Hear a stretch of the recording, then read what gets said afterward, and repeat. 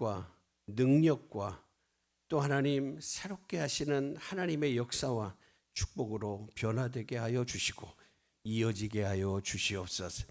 이제 하나님의 주심 앞에 이제 저희들의 삶이 이어짐의 축복을 누리게 하옵소서. 예수님 이름으로 기도합니다. 아멘. 여러분, 오늘은 1919년 3월 1일 3.1 운동이 일어난 이후 107번째 107년째 3.1절이 되는 날입니다. 107년 전 오늘 우리 민족은 역사적인 선택을 했습니다. 1919년 3월 1일 대한독립 만세의 함성이 이 땅에 울려 퍼졌죠. 탑골공원에서 시작된 만세운동이 전국으로 그리고 만주와 연해주까지 퍼져나갔습니다. 수많은 사람들이 거리로 쏟아져 나왔습니다. 오늘 우리 믿음의 선배들 앞에는 두 가지 선택이 있었어요. 하나는 일제의 통치를 받아들이고 그냥 조용히 사는 거예요. 그러면 편합니다. 어쩌면 성공할 수도 있고 잘 살 수 있어요. 또 하나의 선택은 대한독립 만세를 외치는 겁니다. 근데 이것은 목숨을 걸어야 되는 일이고 실제로 수천 명이 그 자리에서 죽임을 당했고 수만 명이 부상을 입고 그리고 감옥에 갇혔습니다. 근데 여러분, 그 대한독립 만세를 외치는 그 자리에 많은 그리스도인들이 참여를 했습니다. 민족 대표 33명 중 16명이 그리스도인이었고 유관순을 비롯한 수많은 기독 청년들이 앞장섰습니다. 여러분, 그러면 그들은 왜 그렇게 위험한 선택을 했을까요? 타협을 했으면 편했을 텐데, 안 죽어도 되고 어쩌면 가정도 지키고 지킬 수 있었을 텐데 왜 그 사람들은 목숨을 걸었을까? 근데 오늘 본문의 말씀 요한계시록 2장 12절부터 17절에는 2000년 전에 오늘 우리 믿음의 선배들이 했던 똑같은 선택 앞에 있던 한 교회의 이야기를 우리에게 들려주고 있습니다. 그것은 우상제단의 연기 속에서 믿음을 지키며 하나님께서 약속하신 그 흰돌에 이르기까지 갔던 모가모 교회 성도들의 이야기. 오늘 저는 그 얘기가 저와 여러분 우리 모두의 이야기가 되기를 소망합니다. 그러면 오늘 우상의 제단에서 나오는 가득한 연기 속에서 하나님이 약속하신 흰돌에 이르기까지 우리 주님은 우리의 삶 속에 어떻게 역사를 하실까요? 첫째는 가장 어려운 곳에서, 가장 힘든 곳에서도 주님은 함께 하신다고 약속을 하고 계세요. 사랑하는 여러분, 힘들고 어려워요. 근데 하나님이 우리와 함께 하십니다. 우리 한번 옆 사람 인사합니다. 하나님이 함께 하십니다. 다시 한번 하나님이 함께 하십니다. 여러분, 주님이 이렇게 말씀해요. 내가 네 거하는 곳을 안다. 네가 지금 어떤 자리에 있는지 내가 안다. 주님이 이렇게 말씀해요. 여러분, 버가모는 예수님이 이렇게 표현을 해요. 사탄의 권자가 있는 곳, 이렇게 사탄의 권자가 있는 곳이라고 표현을 하시는 거예요. 여기서 권자라는 말은 헬라어로 트로노스라고 그래요. 단순한 자리가 아니라 왕의 보좌, 통치권을 의미를 하는 거예요. 버가모는요, 사탄의 권자가 있음으로 인해서 정말 믿음을 지키기 어려운 곳, 믿음을 지키는 게 너무 힘든 곳이었어요. 여러분, 버가모는 어떤 곳일까요? 버가모에는 온통 우상제단에서 나오는 연기로 가득한 곳입니다. 높이가 한 12m에 이르는 거대한 제우스 제단에서는 날마다 여러분 제사의 연기가 날마다 나왔어요. 기원전 29년경 세워진 소아시아의 최초의 황제 신전이 버가모에 세워졌는데 거기에서도 향연기가 계속 나왔어요. 오늘 또 버가모에는 의료의 신, 치료의 신이라고 하는 아스클레피오스라고 하는 신을 섬겼는데 거기에서도 밤낮으로 제사를 드렸어요. 그래서 버가모 성도들은 아침에 눈 뜨잖아요. 제단의 연기로 가득 찬 거리를 보는 거예요. 그래서 거리만 걸으면 향냄새가 진동을 하고 어디를 가든지 우상제단에서 나오는 연기를 피할 수가 없었어요. 근데 그 연기 가득한 곳에서, 사탄의 권자가 있는 곳에서 예수님만이 나의 주님이시다라고 고백한다는 건 목숨을 거는 일이에요. 목숨을 거는 일. 실제로 안디바라고 하는 성도가 순교를 당했습니다. 예수님은 이 순교당한 안디바를 향해서 나의 충성된 증인이라고 불러요. 여기서 증인이란 말이 헬라어로 마르투스라고 해요. 원래 마르투스란 말은 증언하는 사람이라는 뜻인데, 여러분 초대 그리스도인들이 예수가 나의 구주시다, 주님만이 나의 구주라는 말을 증언하다가 너무 많은 사람이 순교를 해서 이제는 영어에서 마르터라고 하는, 순교자라고 하는 단어가 생겼어요. 여러분 왜 그럴까요? 초대 그리스도인들은 너무 많이 순교를 한 거예요. 증언하는 사람이 순교자가 된 거예요. 다시 말하면 예수의 증인이 순교자가 되는 그런 시대를 살고 있었다라고 하는 거죠. 근데 여러분 1910년부터 1945년까지 우리나라도 그랬어요. 우리나라도. 일본은 단순히 우리 땅만 뺏은 게 아니라 우리의 신앙까지 뺏으려고 했어요. 신사참배 강요하죠. 천황을 신이라고 섬기라고 강요하죠. 여러분 신사에 가면 향연기가 계속 피어올랐어요. 그 연기 속에서 절하라, 박수를 쳐라, 천황을 신으로 인정하라고 강요를 했어요. 버가모에서 황제 숭배를 거절하면 죽임을 당했듯이 일제 강점기 시대에도 신사참배를 거부하면 고문당하고 투옥당하고 순교를 했습니다. 다시 말하면 우리나라에도 수많은 마르투스가, 수많은 순교자들이 있었다라고 하는 거예요. 여러분 유관순열세는 대한독립 만세를 외치다가 18살의 나이에 옥중에서 순교를 했습니다. 여러분 천안의 제암리교회는 예배드리는 성도들이 교회 안에 갇힌 채 불태워져서 순교를 했습니다. 주기철 목사님, 주남선 목사님 비롯한 많은 분들이 신사참배를 거부하다가 순교를 당하셨습니다. 근데 놀라운 것은 주님이 이렇게 말씀해요. 내가 네 거하는 곳을 안다. 그렇게 말씀을 해요. 여러분 우상제단의 연기가 아무리 짙어도 예수님은 그 연기 속에서 믿음을 지키는 사람들을 보고 계셨다는 거예요. 일제 강점기 35년 동안 하나님은 대한민국 우리 이 땅의 교회 고난당하는 성도를 외면하지 않으시고 함께 보시고 함께 지켜보시고 결국 우리에게 독립이라고 하는 만나를, 감추었던 만나를 우리에게 허락하셨다는 사실입니다. 두 번째, 근데 정말 위험한 건 뭐냐면, 더 위험한 건 교회 안에 일어나는 타협이에요. 교회 안에 일어나는 타협. 일반적으로 교회는 밖에 외세에 무너진 적이 없어요. 여러분 이스라엘은 외세에 무너진 적이 없어요. 항상 안에서 무너졌어요. 안에서 하나님을 잃고, 안에서 임재를 잃어버리고, 안에서 불평하고, 안에서 원망하고, 안에서 싸우고, 그러다가 하나님의 임재가 떠나며 그들은 그냥 너무나 쉽게 무너지는 존재가 되어버렸다라고 하는 거예요. 좌우에 날선 검을 가지신 이, 오늘 예수님이 버가모 교회에 나타나실 때에, 오늘 예수님은 이 교회에 나는 이런 존재다라고 얘기하실 때 나는 좌우에 날선 검을 가진 이다 이렇게 말씀을 해요. 여러분 여기서 검이라는 말로 번역된 헬라어가 롬파이아입니다. 롬파이아. 근데 여러분 이 헬라어에는 단검과 장검을 표현하는 게 틀려요. 근데 오늘 본문에서 나오는 검은 장검이에요. 여러분 롬파이아는 단검이 아니에요. 여러분 장군이 쓰는 긴 장검을 얘기하고 있는 거예요.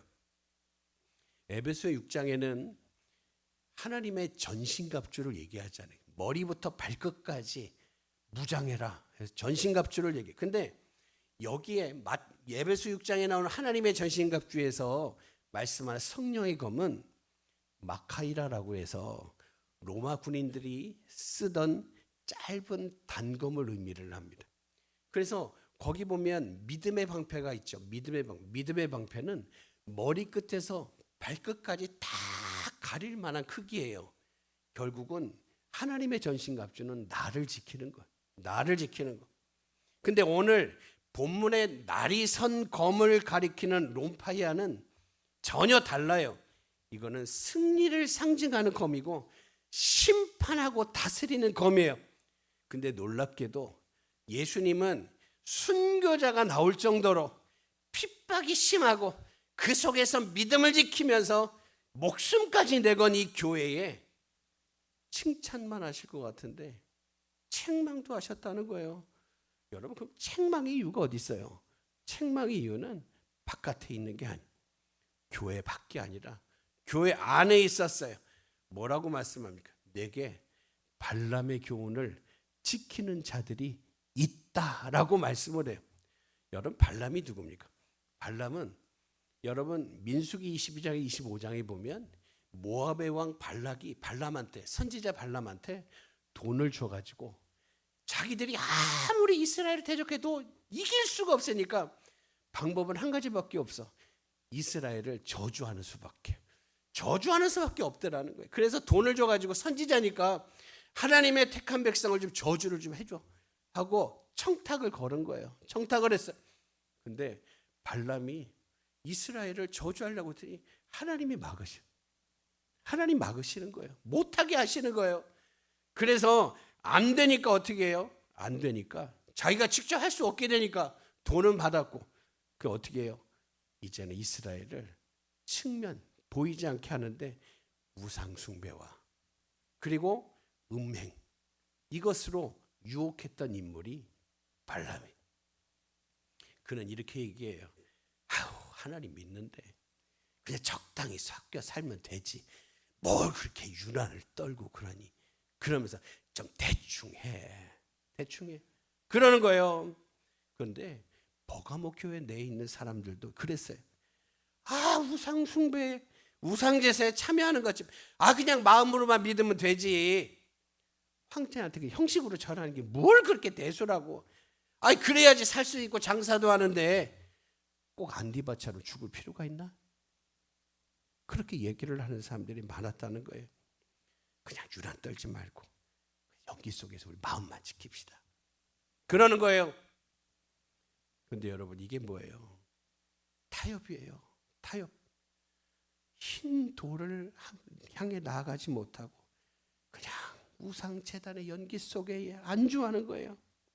근데 오늘 1919년 3월 1일 이후에도 여러분, 우리 교회 안에도 이런 일이 있었어요. 신사참배 정도야. 그냥 형식적으로 되지 않아요.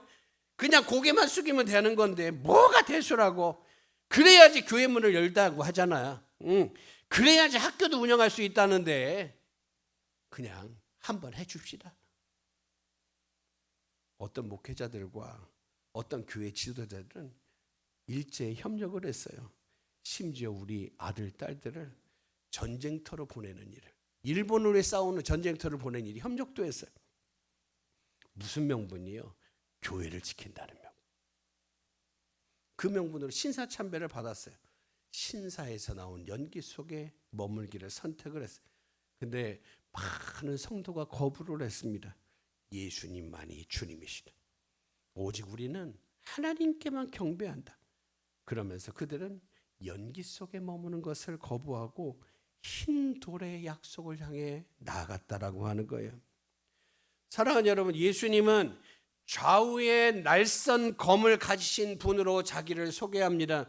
하나님 말씀은 타협이냐 진리냐를 분명하게 분별하게 해요. 이게 지금 내가 붙잡아야 될 거냐 놔야 될 거냐를 분별하게 하시는 거예요. 우리 안에 요거쯤이야, 조금쯤이야 라고 넘어갈 그 선을 예수님의 검은 날카롭게 구분하신다는 거예요. 여러분, 무너지는 건 한 번에 무너지지 않아요. 요번만, 한 번만, 이것쯤 갖고 뭘 대단한 일이 있을 거라고 모를 거요. 그러면서 하나씩 틈을 주다 보니까 어느 순간 뭐가요? 한꺼번에 밑둥이 넘어져 가는 거예요. 히브리서 4장 12절은 우리에게 이렇게 증거를 합니다. 하나님 말씀은 살아있고 활력이 있어 좌우에 날선 어떤 검보다도 예리하여 혼과 영과 관절과 골수를 찔러 쪼개기까지 하며 또 마음의 생각과 뜻을 판단하신다라고 그래요. 그래서 예수님 명령하십니다. 교회를 무너뜨리는, 그냥 속에서 야금야금 교회를 흔들게 하는 그들을 향하여 그러므로 회개하라. 그러므로 회개하라. 근데 여러분, 이것은 심판의 경고가 아니라 사랑하시기 때 주시는 말씀. 연기 속에 머물지 말고 하나님이 약속하신 흰 돌을 향해서 나오라고 하시는 애정어린 주님의 초대인 거예요. 그런데 그 속에서 이기는 자에게 예수님이 여러분 약속이라는 걸 주시잖아요. 세상이 줄 수 없는. 어떤 약속이에요? 세상이 줄 수 없는 만나를 예비하셨어요. 예수님은 회개하라고 하는 명령 뒤에 약속을 주시는데 이기는 그에게는 내가 감추었던 만나를 준다라고 해요. 여러분, 버가모 교회 성도들에게는 두 가지 음식이 있었습니다. 하나는 우상제단의 고기, 제우스 신전, 황제 신전, 아스클레피오스 신전, 이 신전들에서 드린 제사에서 나온 고기. 이 고기는 신전에서 그러니까 신전의 연기 속에서 구워진 그런 우상에게 드린 제물이었어요. 눈에 보이고 사는 것도 쉽고 당장 먹을 수 있고, 그리고 이걸 먹잖아요. 먹으면 사회생활이 너무 편해. 사업도 잘 돼요. 왜? 보장해 주니까. 근데 다른 하나는 감추어진 만나예요. 눈에 보이지 않아요. 지금 당장 먹을 수 없어. 근데 하나님께서 약속하신 하늘의 양식이었어요. 근데 오늘 1919년 우리 선조들 앞에서도 두 가지 음식이 있었어요. 하나는 일본이 주는 혜택이에요. 신사에 가서 절하고 협력하면 안전해요. 편해. 출세도 할 수 있어. 근데 그것은 신사의 연기로 더럽혀진 거예요. 다른 하나는 독립에 대한 하나님의 약속이에요. 눈에는 아직 안 보여요. 언제 이루어질지 알 수 없지만 반드시 이루어질 하나님의 약속이었어요. 사랑하는 여러분, 만나가 뭡니까? 출애굽기 16장에 보면 만나는 출애굽한 이스라엘 백성들이 광야에서 40년 동안, 그리고 약속의 땅에서 처음 열매를 거두기까지 그들에게 하나님이 주신 하늘의 양식이었어요. 하나님은 이 양식인 만나를 모세에게 이렇게 말씀해요. 금 항아리에 담아서 언약궤 안에 보관을 해서 지성소 깊숙이 보관하라고 말씀을 해요. 여러분, 지성소 안에 보관되었던 감추어진 만나, 그런데 요한복음 6장 48절에 보면 예수님이 자기를 말씀하시면서 나는 곧 생명의 떡인데 나는 하늘에서 내려온 살아있는 떡이니 사람이 이 떡을 먹으면 영생하리라 말씀을 해요.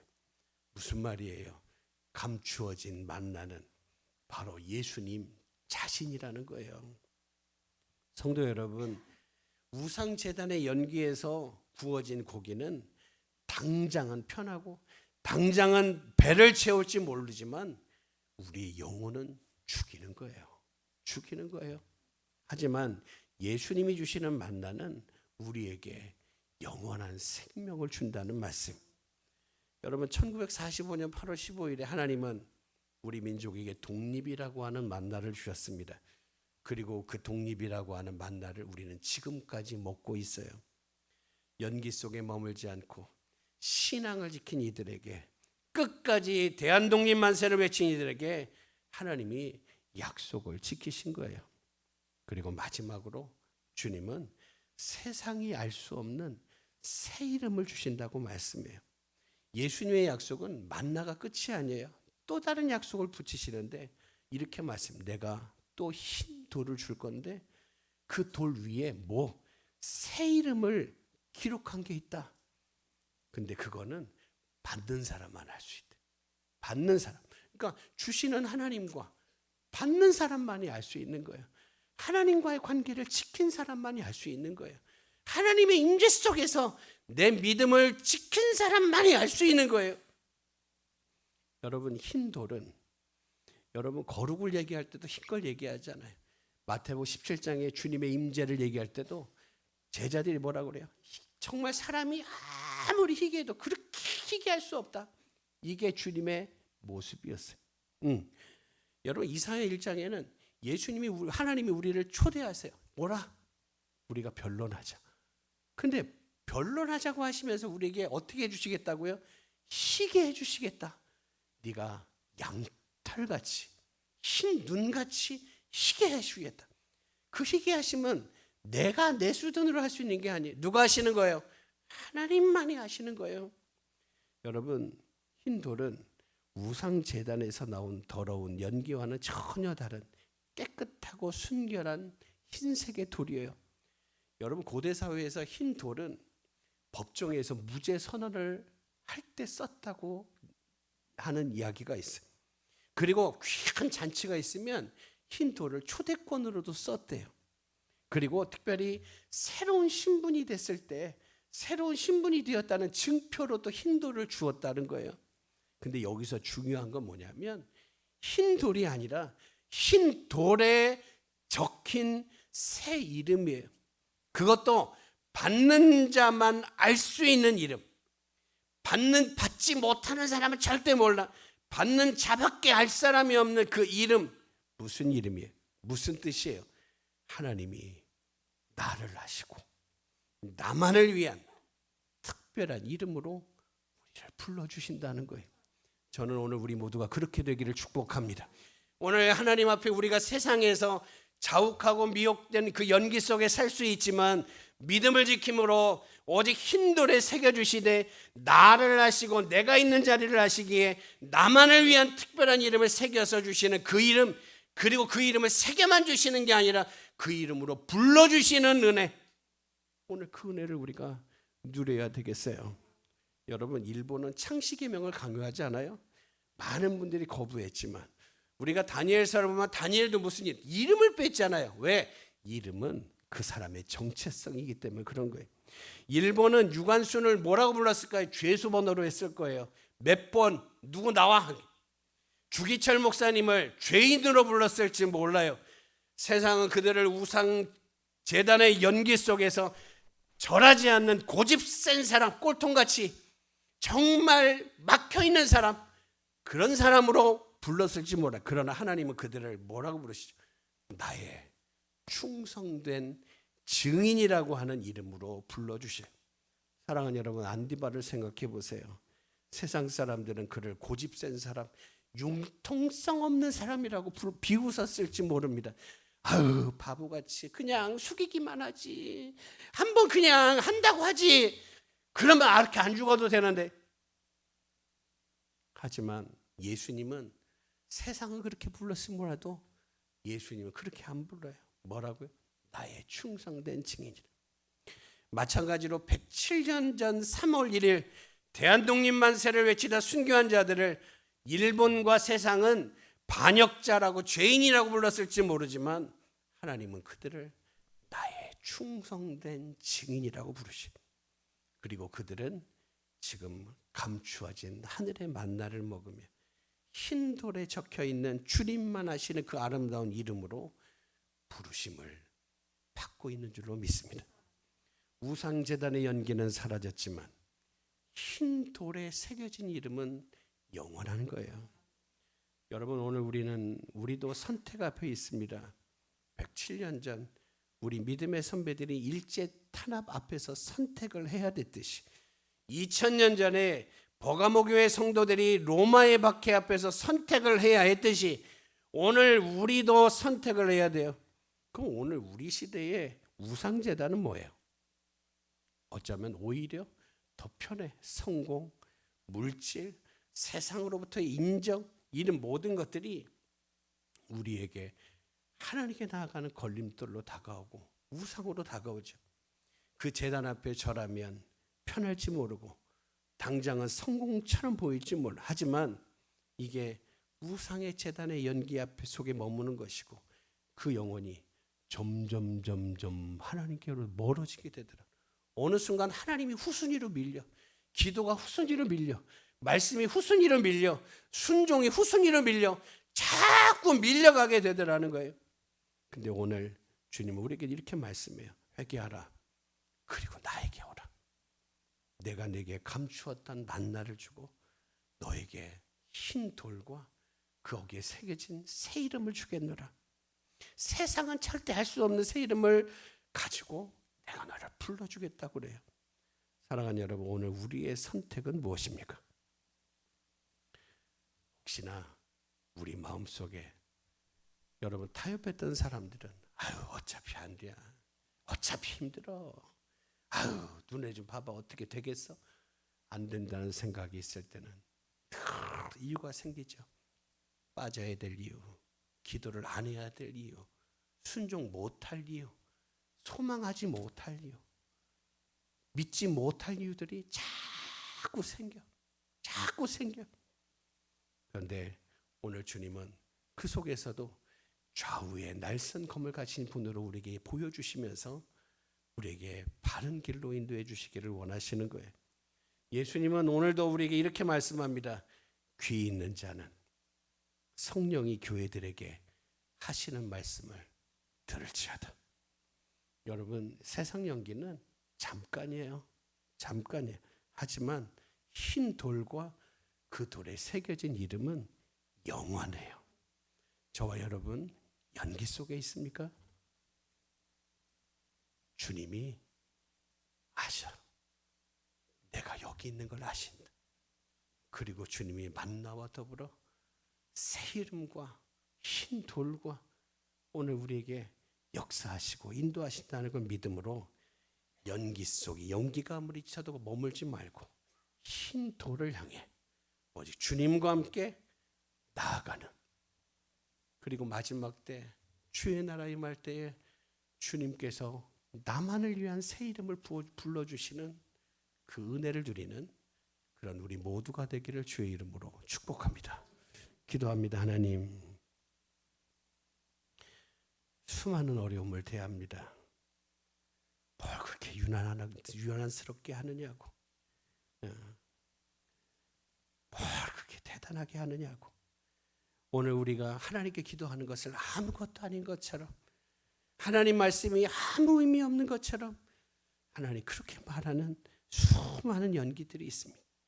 그러나 하나님, 오직 살아계신 주님 앞에서 예수가 나의 구주시다, 오직 주님만이 나의 경배를 받으신다라고 하는 믿음으로 주의 증인으로 서고 하나님의 영광의 통로로 서게 하시고 하나님의 만나와 축복의 증인 되게 하여 주시고 살아계신 하나님의 영광 가운데 살아가는 우리 모두가 되게 하여 주옵소서. 예수님 이름으로 기도하옵나이다. 아멘.